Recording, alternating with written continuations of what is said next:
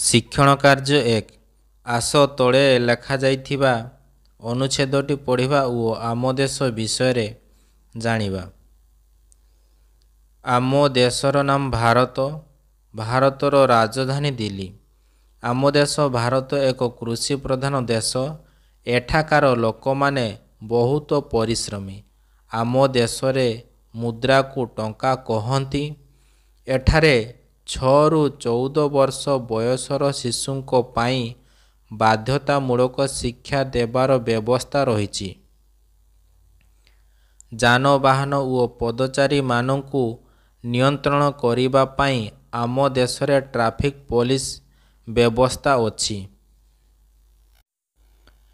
ଶିକ୍ଷଣ କାର୍ଯ୍ୟ 2 ଆସ ତଳେ ଦିଆଯାଇଥିବା ପ୍ରଶ୍ନଗୁଡ଼ିକର ଉତ୍ତର ଲେଖିବା। କ ଆମ ଦେଶର ନାମ କ'ଣ? ଆମ ଦେଶର ନାମ ଭାରତ। ଖ ଭାରତର ମୁଦ୍ରାକୁ କ'ଣ କହନ୍ତି? ଭାରତର ମୁଦ୍ରାକୁ ଟଙ୍କା କହନ୍ତି।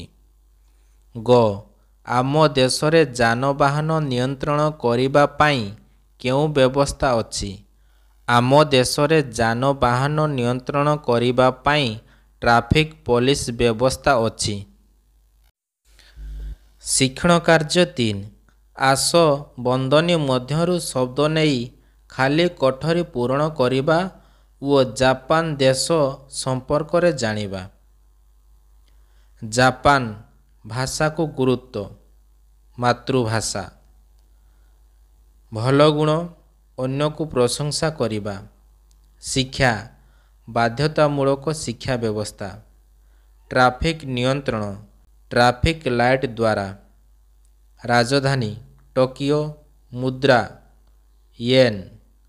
ଶ୍ରମ ପରିଶ୍ରମୀ।